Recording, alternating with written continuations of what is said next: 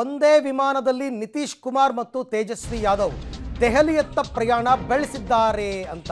ಅದೇನು ಆಕಸ್ಮಿಕನ ಅಥವಾ ಇಬ್ರು ಕೂಡ ಒಟ್ಟಿಗೆ ಏನಾದರೂ ಹೋಗ್ತಾ ಇದ್ದಾರೆ ಮಾತುಕತೆ ಆಡಿಕೊಂಡು ಗೊತ್ತಿಲ್ಲ. ದೆಹಲಿಯತ್ತ ನಿತೀಶ್ ಕುಮಾರ್ ಮತ್ತು ತೇಜಸ್ವಿ ಯಾದವ್ ಪ್ರಯಾಣ ಬೆಳೆಸಿದ್ದಾರೆ. ಒಂದೇ ವಿಮಾನದಲ್ಲಿ ಪ್ರಯಾಣ ಬೆಳೆಸಿದ್ದಾರೆ ಪಾಟ್ನಾದಿಂದ ದೆಹಲಿಗೆ. ಆದರೆ NDA ಜೊತೆ ಗುರುತಿಸಿಕೊಂಡಿದ್ದಾರೆ ನಿತೀಶ್ ಕುಮಾರ್. ಇವತ್ತು ಬೆಳಗ್ಗೆ RJD ಆಹ್ವಾನ ಕೊಟ್ಟಿತ್ತು. ಇವತ್ತು ಬೆಳಗ್ಗೆ RJD ಇಂಡಿ ಒಕ್ಕೂಟಕ್ಕೆ ಬನ್ನಿ ಅಂತ ಆಹ್ವಾನ ಕೊಟ್ಟಿತ್ತು. ಭಾರಿ ಕುತೂಹಲ ಮೂಡಿಸಿದೆ ಇಬ್ಬರ ಜೊತೆಗಿನ ಪ್ರಯಾಣ. ಅಂದರೆ ಇಬ್ಬರು ಕೂಡ ಒಟ್ಟಿಗೆ ಬರ್ತಾ ಇರೋದು. ಇವತ್ತಿನ ಸಂಜೆ NDA ಸಭೆಯಲ್ಲಿ ಭಾಗಿಯಾಗ್ತಾರೆ ಅಂತಕ್ಕಂಥದ್ದು ದೃಶ್ಯದಲ್ಲಿ ತಾವೀಗ ಗಮನಿಸ್ತಾ ಇದ್ದೀರಾ. ಒಂದೇ ವಿಮಾನದಲ್ಲಿ ವಿತ್ ವಿಜುವಲ್ಸ್ ತೋರಿಸ್ತಾ ಇದ್ದೀವಿ. ತೇಜಸ್ವಿ ಯಾದವ್, ಅದು ಕೂಡ ವಿಶೇಷ ವಿಮಾನ. ಆ ವಿಶೇಷ ವಿಮಾನದಲ್ಲಿ ನಿತೀಶ್ ಕುಮಾರ್ ಮತ್ತು ತೇಜಸ್ವಿ ಯಾದವ್ ಪ್ರಯಾಣವನ್ನು ಬೆಳೆಸ್ತಾ ಇದ್ದಾರೆ. ನಿತೀಶ್ ಕುಮಾರ್ ಅವರು NDA ಜೊತೆಯಲ್ಲೇ ಇರ್ತೀವಿ ಅಂತ ಅವರ ಪಕ್ಷದ ಹಿರಿಯ ಮುಖಂಡರೆಲ್ಲರೂ ಕೂಡ ಹೇಳಿದ್ದಾರೆ. ಬಟ್ ಇಬ್ಬರೂ ಒಟ್ಟಿಗೆ ಪ್ರಯಾಣ ಬೆಳೆಸಿರ್ತಕ್ಕಂಥದ್ದು ಯಾಕೆ? RJD ಅವರೇನಾದರೂ ನಿತೀಶ್ ಕುಮಾರ್ ಜೊತೆ ಮಾತುಕತೆ ಆಡಿ ಕನ್ವಿನ್ಸ್ ಮಾಡಿದ್ರ ನೀವು ಇಂಡಿ ಒಕ್ಕೂಟದ ಜೊತೆ ಬರಬೇಕು ಅಂತ ಗೊತ್ತಿಲ್ಲ. ಆದರೆ ಇವತ್ತಿನ ಸಭೆಯಲ್ಲಿ ನಿತೀಶ್ ಕುಮಾರ್ ಭಾಗಿಯಾಗ್ತಾರೆ.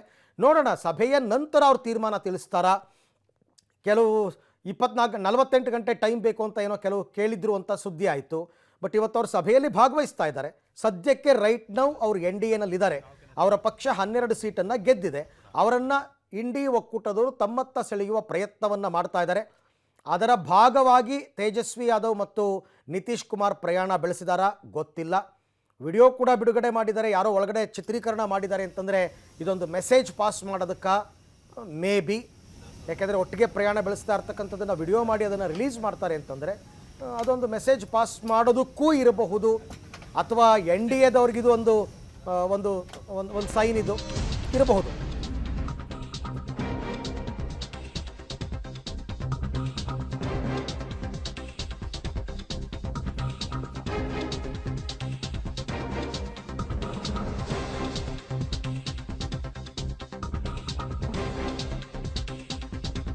ಇಂಡಿ ಒಕ್ಕೂಟಕ್ಕೆ ವಾಪಸ್ಸಾಗುವಂತೆ RJD ಮನವಿ ಮಾಡಿಕೊಂಡಿತ್ತು.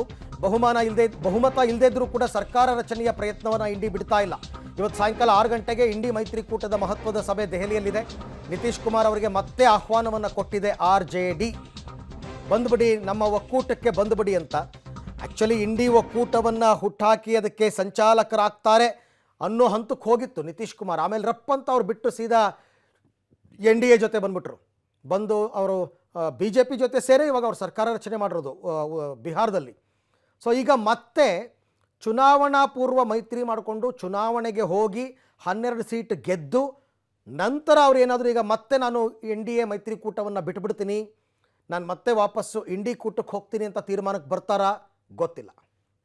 ಈ ಬಗ್ಗೆ ಮತ್ತಷ್ಟು ಮಾಹಿತಿ ನನ್ನ ಕೊಲೀಗ್ ಶಬೀರ್ ಅವರಿಂದ ಪಡ್ಕೊಳ್ಳೋಣ. ಶಬೀರ್, ಬಹಳ ಆಶ್ಚರ್ಯ ಆಗ್ತಾ ಇರೋದು ತೇಜಸ್ವಿ ಯಾದವ್ ಮತ್ತು ನಿತೀಶ್ ಕುಮಾರ್ ಒಂದೇ ವಿಮಾನದಲ್ಲಿ ದೆಹಲಿಯತ್ತ ಬರ್ತಾ ಇದ್ದಾರೆ. ಏನು ಡೆವಲಪ್ಮೆಂಟ್ಸ್ ನಡೀತಾ ಇದೆ? ನಿತೀಶ್ ಕುಮಾರ್ ಅವರ ಮನವೊಲಿಕೆ ಕಾರ್ಯ ಏನಾದರೂ ಯಶಸ್ವಿ ಆಗ್ಬಿಡುತ್ತಾ RJDಯಿಂದ ಅಂತ? ಅರವಿಂದ್ ನೋಡಿ, ಇದು ಸಾಮಾನ್ಯ ಫ್ಲೈಟ್ ಆಗಿದ್ರೆ, ಪಾಟ್ನಾದಿಂದ ದೆಹಲಿಗೆ ಬರುವಂತಹ ಸಾಮಾನ್ಯ ವಿಮಾನ ಆಗಿದ್ರೆ ಇಬ್ರು ಕೂಡ ಒಂದೇ ವಿಮಾನದಲ್ಲಿರುವಂಥದ್ದು ಕಾಕತಾಳೀಯ ಅನ್ಬೋದಿತ್ತು. ಆದರೆ ಇದು ಸ್ಪೆಷಲ್ ಫ್ಲೈಟ್ ಆಗಿರುವಂಥದ್ದು. ಸ್ಪೆಷಲ್ ಫ್ಲೈಟಲ್ಲಿ ಇಬ್ಬರು ನಾಯಕರು ಈಗ ಪ್ರಯಾಣ ಮಾಡ್ತಿರುವಂಥದ್ದು ಸಾಕಷ್ಟು ರಾಜಕೀಯ ಚರ್ಚೆಗೆ ಕಾರಣ ಆಗಿರುವಂಥದ್ದು. ಮುಖ್ಯವಾಗಿ ನಿತೀಶ್ ಕುಮಾರ್ ಅವರು ನಿರ್ಧಾರಗಳು ಹೇಗಿರುತ್ತೆ ಅನ್ನುವಂಥದ್ದು ಭಾಳ ಹಿಂದಿನಿಂದಲೂ ಕೂಡ ನೋಡ್ಕೊಂಡು ಬಂದಿದ್ದೀವಿ. ಅವರು ಸರ್ಪ್ರೈಸಿಂಗ್ ನಿರ್ಧಾರಗಳನ್ನು ತೆಗೆದುಕೊಳ್ತಾರೆ. ಕೆಲವೊಮ್ಮೆ NDA, ಕೆಲವೊಮ್ಮೆ ವಿರೋಧ ಪಕ್ಷಗಳ ಒಕ್ಕೂಟ, ಹೀಗೆ ತಮ್ಮ ಬೆಂಬಲವನ್ನು ಕೂಡ ಬದಲು ಮಾಡ್ತಾ ಇರ್ತಾರೆ. ಇಂಡಿಯಾ ಒಕ್ಕೂಟವನ್ನು ಹುಟ್ಟುಹಾಕುವಂತಹ ನಿಟ್ಟಿನಲ್ಲಿ ಮಹತ್ವದ ಪಾತ್ರವನ್ನು ವಹಿಸಿದ್ದೇ ನಿತೀಶ್ ಕುಮಾರ್ ಅವರು. ಅದರ ಸಂಚಾಲಕರಾಗಬೇಕಾಗಿತ್ತು. ಆದರೆ ಪ್ರಧಾನಿ ಅಭ್ಯರ್ಥಿ ವಿಚಾರದಲ್ಲಿ ಕೆಲವೊಂದಿಷ್ಟು ಗೊಂದಲಗಳಾದಂಥ ಹಿನ್ನೆಲೆಯಲ್ಲಿ ಅವರು ಒಂದು ತಮ್ಮ ಬೆಂಬಲವನ್ನು ಹಿಂದೆ ತೆಗೆದುಕೊಳ್ತಾರೆ. ಆ ಒಕ್ಕೂಟದಿಂದ ಹೊರಗಡೆ ಬಂದು ಮತ್ತೆ NDAಗೆ ಸೇರ್ಕೊಳ್ತಾರೆ. ಈಗ ಚುನಾವಣಾ ಫಲಿತಾಂಶದ ನಂತರ ಅವರನ್ನ ಇಂಡಿಯಾ ಒಕ್ಕೂಟದ ನಾಯಕರು ಸಂಪರ್ಕಿಸುವಂತ ಪ್ರಯತ್ನವನ್ನು ಮಾಡಿದ್ರು. ಅವ್ರ ಜೊತೆಗೆ ಮಾತುಕತೆಯನ್ನ ನಡೆಸುವಂತ ಪ್ರಯತ್ನವನ್ನು ಕೂಡ ಮಾಡಿದ್ರು. ಈಗ ಅದರ ಬೆನ್ನಲ್ಲೇ ವಿಶೇಷವಾದಂತಹ ವಿಮಾನದಲ್ಲಿ ತೇಜಸ್ವಿ ಯಾದವ್ ಜೊತೆಗೆ ಈಗ ನಿತೀಶ್ ಕುಮಾರ್ ಅವರು ದೆಹಲಿಗೆ ಬರ್ತಾ ಇದ್ದಾರೆ. ಹೀಗಾಗಿ ನಿತೀಶ್ ಕುಮಾರ್ ಅವರ ಬೆಂಬಲ ಯಾರ ಕಡೆಗೆ ಅನ್ನುವಂಥದ್ದು ಈಗ ಸಾಕಷ್ಟು ಕುತೂಹಲ ಮೂಡಿರುವಂಥದ್ದು. ಇವತ್ತು ಸಂಜೆ 4 ಗಂಟೆಗೆ NDA ಸಭೆ, 6 ಗಂಟೆಗೆ ಇಂಡಿಯಾ ಒಕ್ಕೂಟದ ಸಭೆ ಇರುವಂಥದ್ದು. ಯಾವ ಸಭೆಗೆ ತೆರಳುತ್ತಾರೆ ಅನ್ನುವಂಥದ್ದು, ಕಡೆ ಹಂತದಲ್ಲಿ ಏನಾದರೂ ನಿತೀಶ್ ಕುಮಾರ್ ಅವರು ತಮ್ಮ ನಿರ್ಧಾರವನ್ನು ಬದಲಿಸಿ ಇಂಡಿಯಾ ಒಕ್ಕೂಟಕ್ಕೆ ಸೇರ್ಪಡೆ ಆಗ್ತಾರ ಅನ್ನುವಂತಹ ಮಾತುಗಳು ಕೂಡ, ಅನುಮಾನಗಳು ಕೂಡ ಕೇಳಿ ಬರ್ತಾ ಇರುವಂಥದ್ದು. ಯಾಕೆ ಅಂದರೆ ಈಗಾಗಲೇ ಅವರಿಗೆ ಕೆಲವೊಂದಿಷ್ಟು ಮೂಲಗಳು ಹೇಳ್ತಾ ಇರುವಂಥದ್ದು ಉಪ ಪ್ರಧಾನಿಯ ಹುದ್ದೆಯ ಆಫರ್ ಅನ್ನು ಮಾಡಲಾಗಿದೆ ಅನ್ನುವಂತಹ ಮಾಹಿತಿಗಳು ಕೂಡ ಬರ್ತಾ ಇರುವಂಥದ್ದು. ಈ ಒಂದು ಆಫರ್ಗೆ ಅವ್ರು ಏನಾದರೂ ಒಪ್ಕೊಂಡಿದ್ದಾರಾ? ಹೀಗಾಗಿ ಇಂಡಿಯಾ ಒಕ್ಕೂಟಕ್ಕೆ ಸೇರ್ಪಡೆ ಆಗ್ಲಿಕ್ಕೆ ಏನಾದರೂ ಅವರು ಉತ್ಸುಕತೆಯನ್ನು ತೋರಿಸ್ತಾ ಇದ್ದಾರಾ? ಈ ಹಂತದಲ್ಲಿ ಮಾತುಕತೆಗಳು ನಡೀತಾ ಇದಾವ ಅನ್ನುವಂಥ ಅನುಮಾನಗಳು ಅನುಮಾನಗಳು ವ್ಯಕ್ತ ಆಗ್ತಿದ್ದಾವೆ. ಅಂತಿಮವಾಗಿ ಅವರು ದೆಹಲಿಗೆ ಬಂದ ಬಳಿಕ ಯಾವ ಕಡೆಗೆ ತೆರಳುತ್ತಾರೆ ಅನ್ನುವಂಥದ್ದು ಕಡೆಯ ಕ್ಷಣದ ಕುತೂಹಲ ಕೂಡ ಅರವಿಂದ್. ಬಟ್ ನಿತೀಶ್ ಕುಮಾರ್ ಅಲ್ಲದಿದ್ದರೂ ಅವರ ಪಕ್ಷದ ಕೆಲ ನಾಯಕರು ಈಗಾಗಲೇ ಸ್ಟೇಟ್ಮೆಂಟ್ ಕೊಟ್ಟಿದ್ದಾರೆ, ನಾವು NDA ಜೊತೆನಲ್ಲೇ ಇರ್ತೀವಿ ಅಂತ. ನಿತೀಶ್ ಕುಮಾರ್ ಅವರು ಮಾತ್ರ ಮೀಡಿಯಾ ಮುಂದೆ ಏನೂ ಮಾತನಾಡಿಲ್ಲ. ಸೊ ಹಾಗಾಗಿ ಅಷ್ಟರಲ್ಲಾಗಲೇ ಅವರು ನಿರ್ಧಾರ ಬದಲು ಮಾಡ್ತಕ್ಕಂಥ ಸಾಧ್ಯತೆ ಇದೆಯಾ ಅಂತ. ನಿತೀಶ್ ಕುಮಾರ್ ಅವರು ಯಾವುದಕ್ಕೆ ಫೇಮಸ್ ಅನ್ನುವಂಥದ್ದನ್ನು ನಾವು ಗಮನಿಸಿದ್ವಿ. ಪಲ್ಟು ಪೊಲಿಟಿಷಿಯನ್ ಅಂತಲೂ ಕೂಡ ಅವ್ರನ್ನ ಕರೀತಾರೆ. ಅವರ ನಿರ್ಧಾರಗಳು ಆಗಾಗ್ಗೆ ಚೇಂಜ್ ಆಗ್ತಾನೆ ಇರ್ತವೆ. ಅವರ ಪಕ್ಷದ ನಾಯಕರು ಏನೇ ಸ್ಟೇಟ್ಮೆಂಟ್ಗಳನ್ನು ಕೊಟ್ಟರು, ಏನೇ ಹೇಳಿಕೆಗಳನ್ನು ಕೊಟ್ಟರು ಕೂಡ ಅಂತಿಮವಾಗಿ ಅವರ ಬೆಂಬಲ ಯಾರಿಗೆ ಅನ್ನುವಂಥದ್ದು ಬಹಳಷ್ಟು ಮುಖ್ಯವಾಗುತ್ತೆ. ಇಲ್ಲಿ ಒಂದು ಸಣ್ಣ ಸೂಕ್ಷ್ಮತೆಯನ್ನು ಅರ್ಥ ಮಾಡ್ಕೊಳ್ಬೇಕು.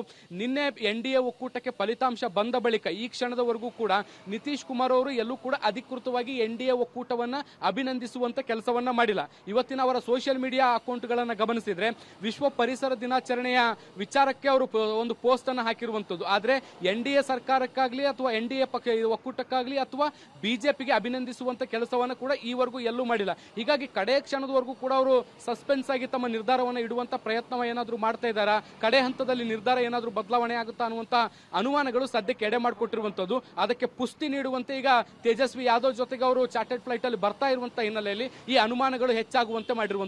Okay Shabbir, thank you. ತಮ್ಮ ಎಲ್ಲ ಮಾಹಿತಿಗೆ ಧನ್ಯವಾದ. ಎಲ್ಲ ಪಕ್ಷದವರು ಕೂಡ ಸ್ವತಂತ್ರರೇ.